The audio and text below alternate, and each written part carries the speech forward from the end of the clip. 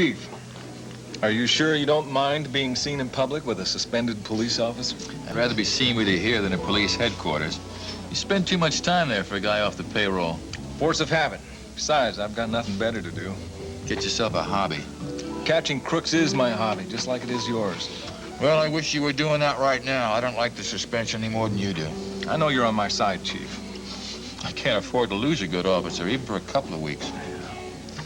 Chief, if I were reinstated, would you put me on that Raven Whitney problem? How could I? It's only a problem now. It isn't a legitimate case. It won't be that until we hear from her.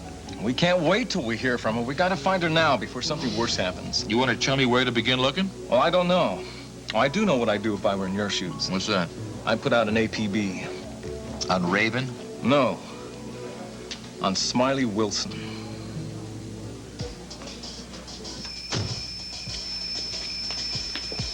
I'm gonna have your badge for this, believe me. Why are you bringing me here? I want to show you something, Mrs. Whitney. You can see for yourself. Watch your step.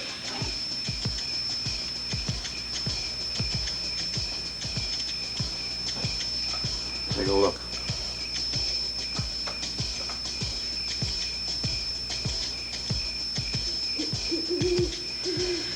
Oh, God. Joke, Mrs. Whitney. This is some kind of joke.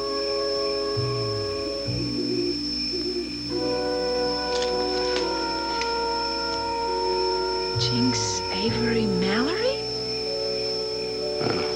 Didn't you know? They were married. So she is dead.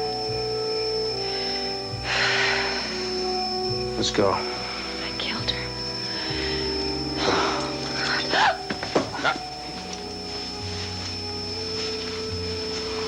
Mrs. Whitney?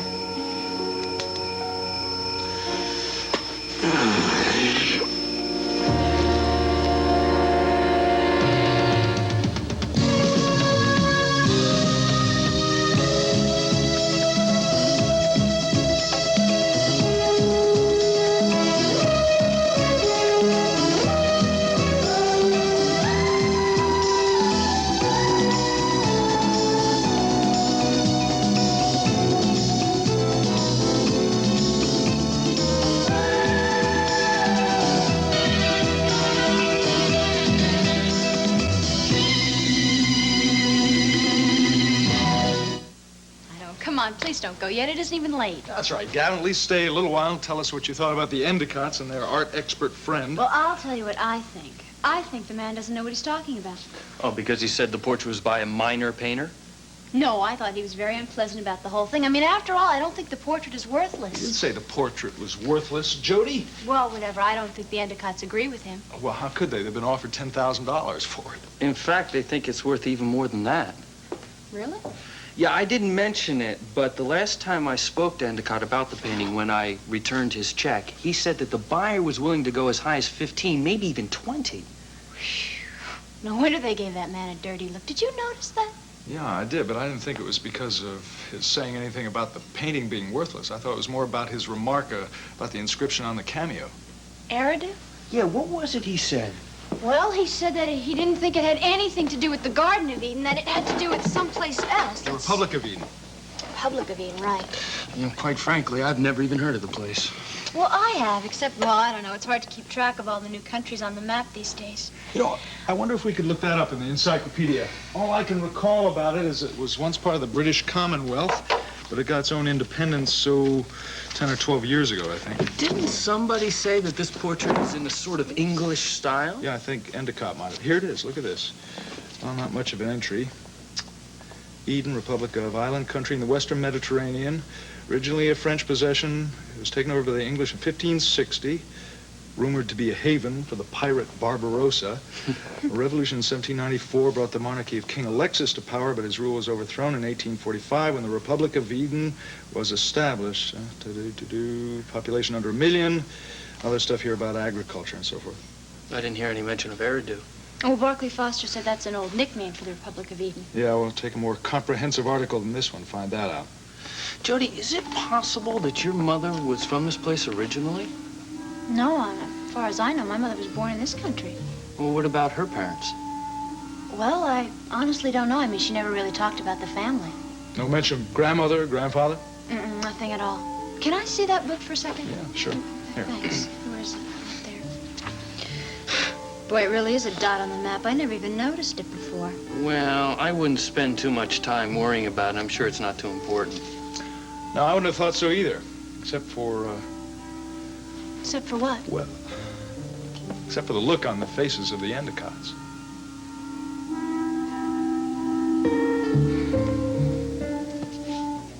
Look, Chief, I'm not sure if I should be telling you this, but I'm not about to wait around for Balducci and his boys to prove my innocence. What does that mean? It means I'm going to try and do something about it. Hey, you just wait a second, Tyler. You're not going to do anything to interfere with this investigation in any wait a way. minute. I didn't say anything about interfering. I'm just going to get involved with a young lady by the name of Poppy Johnson.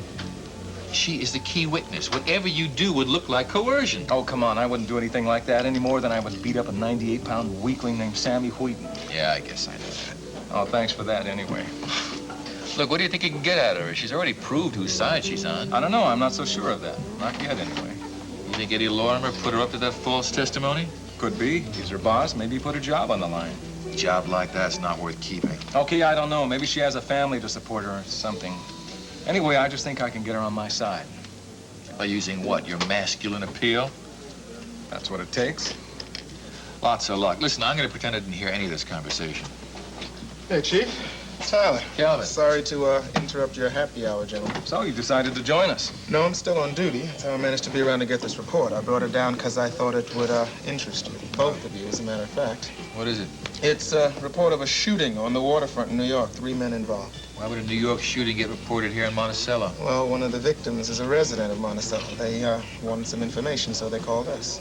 You mind if I listen in on this? I mean, as a temporary civilian. Well, actually, I think it'll be of particular interest to you, since I think it involves Raven Whitney. Raven? How? Well, this shooting took place in the offices of a place called Far Out Travel Agency, which is owned by a known criminal by the name of Wolfie Thorne. What kind of a travel agency is run by a criminal? Oh, just what you'd imagine. He gets people out of the country. You think that she was using their services? Yeah, well, I don't know, but listen to this. 3 men were shot with the same gun. Gun found on the premises actually belonged to Thorne himself. Are they all dead? No. 2 of them are dead. Thorne's still alive, although he's critical. One of the men dead's name is Al Collins. He was Thorne's partner. The other was a police officer, or at least so they thought. What do you mean, so they thought? Turns out he had on a phony uniform and was carrying a phony gun. Phony cop with a phony gun. That sounds like that joke you were involved Sure in. does. Exactly. I'm afraid Hector Wilson hadn't had enough of playing his game. Hector Wilson? Yeah, that's right. They identified him. That's why they called us. What was he doing in New York? Well, we don't know for sure, but I don't think it's too hard to figure out. It's obviously after Raven. Yeah, they probably figured she was trying to blow the country. But was there any word on Raven? There's nothing in the report. That's all I can tell you. So, somebody finally has been killed as a result of this practical joke. Yeah. Except it wasn't the victim. It turned out to be one of the jokers. Why didn't you give me a call from the airport? I would have come and picked you up like we'd planned. Oh, okay, listen, I don't mean to overreact. I'm sorry. I'm just very anxious to see you, Val, that's all. But you're right. Best way to cure the jet lag is to sleep right through it. So why don't I let you get some rest, and I'll give you a call first thing in the morning, okay? No, I promise I will. Okay, and by the way, welcome home. Okay, bye, Val. Was that Valerie? Yep, she's home safe and sound. She's a little tired. She's been traveling for 36 hours. Ah, did she say anything about her trip? Only that she had so much exposed film in her luggage, she was afraid that she'd overload the plane. Oh, dear. Well, we have to get together as soon as she feels up to it. Yeah, sure. Well, wait, all of us? All right, I know. Okay, we'll let you see her first. I know that you have some very important business to discuss with her. Yes, I do have important things to talk to her about. I just wish that she had sounded happier on the phone, that's all. It just might be fatigue. Yeah, I guess so, or maybe her trip didn't turn out exactly the way that she thought it was going to. I'm not so sure I really know what that was all about. Well, When Val went away, Nancy, it wasn't really a vacation. It was just a trip to put some space between herself and Monticello. That's all. It was what she called a thinking things through session. I see. I certainly hope that she knows her own mind better now than she did when she left. Does it have anything to do with you, Kelly? Yeah, I guess so. Me and her mixed up feelings for Jim Dietrichson, and, oh yeah, there was one other problem which you and Mike are already aware of, that mysterious lady that kept bugging her for so long. Oh, yes. I remember her. Her name was Libby something or other, and she said she was a friend of Skylar Whitney's? Right, Libby Webster. Webster. Well, the problem is that Libby Webster has a friend who looks exactly like Sky Whitney. How did Val refer to him as the dead ringer for the dead man in town? I saw a couple photographs of him. The resemblance is really incredible. Well, evidently, before she took her trip, he had been over to her apartment several times, identified himself as Sky Whitney, and then asked her to help him prove it. So you know about him, too? Yeah. It's Geraldine who told Mike and me about him. I didn't realize that Valerie was involved with him. Yeah, well, he was evidently making her very nervous. That's just one more reason why she took her trip. Well, this gets more and more curious as time goes by. I'd love to see this double. Well, my guess is he's just another fake trying to muscle in on the Whitney millions. Kelly, fake or genuine, it's a terrific story. Uh-oh. I see the bloodhound instinct coming out I on you again. do report the news, Kelly. Now, this is much too interesting to ignore. Now, how do I get to meet this reincarnation?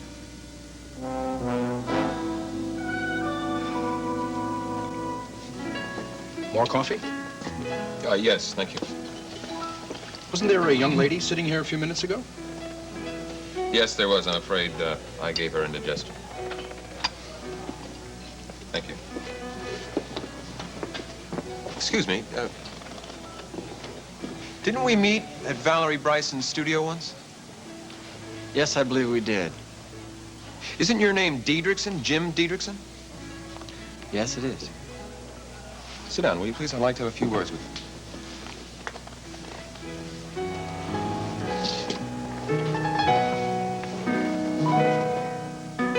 Very much about your relationship with Valerie, Mr.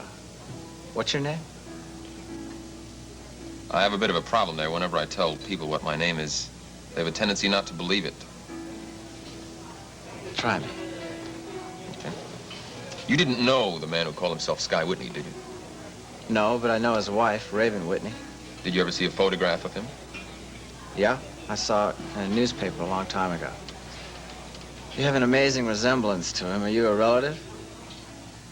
Yes, in a way, we're very closely related. That doesn't explain why you're talking to me. It has to do with something that Valerie told me, and I have a feeling that you might just resent this question. Well, I'm beginning to resent this conversation. It has to do with a namesake of yours in Switzerland. Ah, yes. I had a feeling this was going to come up. Look, I'm sorry, Mr. Whatever your name is, but I don't know a thing about him. All I know is that he took my name and he stole my autobiography, and I haven't even written it yet. What do you mean? Look, the only reason I'm sitting here talking to you is because you're a friend of Val's. What did she say about me? Something about having been deceived before by someone's identity and not wanting to have it happen again. Yeah, I deceived her. It was just to find out what was going on. I didn't mean to hurt her. You said something about a second deception? Is that yours? All I want to know about is this man who called himself Jim Diedrichson, the one that Valerie met in Lucerne. Where is he? Sorry, I can't help you, mister. Excuse me.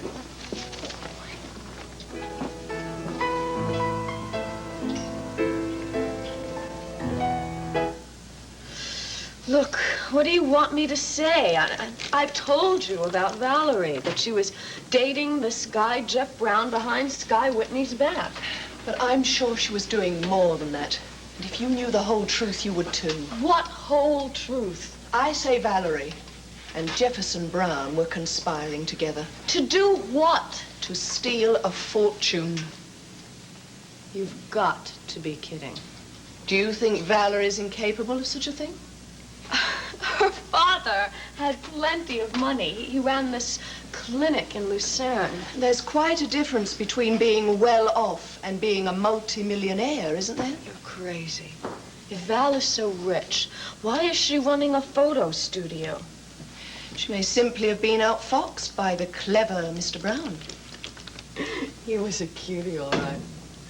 He was always talking about getting rich, but I never saw him pick up a check. He let his friend Schuyler pay for everything.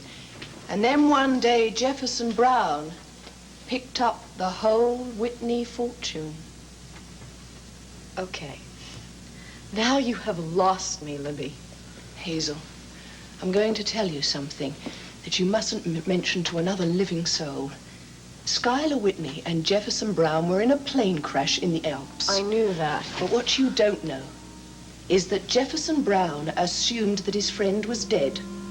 Or even more likely, he engineered the crash to kill him. Oh, do you know what you're saying? Then he proceeded with the rest of his plan. He went to a certain clinic in Lucerne where he had his face altered to look exactly like somebody else. You mean Sky Whitney? And he planned the whole thing with Valerie during those chummy hours together in San Moritz. You do think it's possible, don't you? Yes. Knowing Valerie, I certainly do.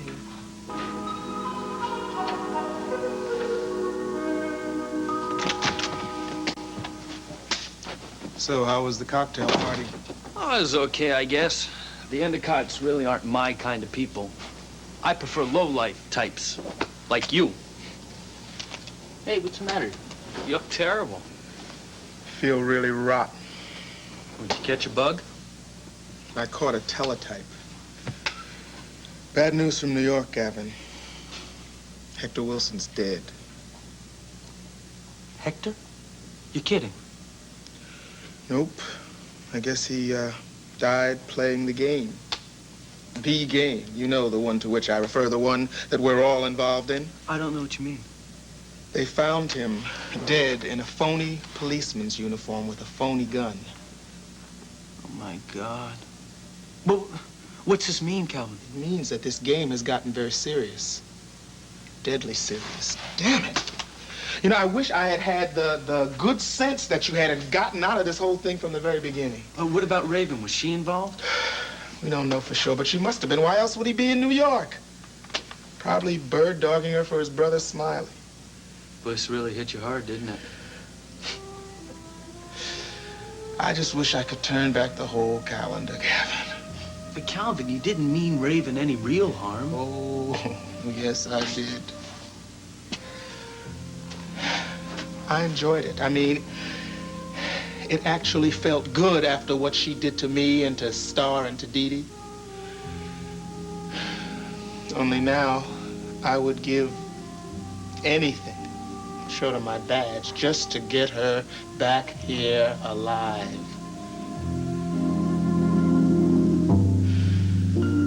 Isn't okay. Gavin, there were 3 men shot in that room. 2 of them are dead. At least the owner's hanging on. That doesn't mean Raven is dead. Maybe she never even showed up. Look, she was there. The cops found a fake passport on the guy's desk with a description that perfectly matches hers. Maybe she's already on a boat to South America or someplace. Right, without the passport. Yeah, I guess you have a point there. And I just hope she didn't get there before Hector. You said earlier that Hector was bird-dogging for his brother. What's that mean? Didn't I tell you? Smiley has been chasing Raven all over the country trying to get the money she's got with her. She's carrying $20 million in negotiable bonds. He probably sent Hector to New York to head her off. Yeah, but Raven's been able to dodge Smiley so far. Maybe she dodged Hector, too. Yeah, well, maybe. I hope so. And if she does escape and she makes it home safe and sound? Then what do you think is going to happen? I don't know. Well, think about it, Sonny. She's going to wreak her revenge on everyone involved. Well, I guess she has a right to be sore. She certainly has the right. Can imagine what it's going to do to Cliff's practice, to Mitzi's job, and to this, pal. I just hope she gets found soon.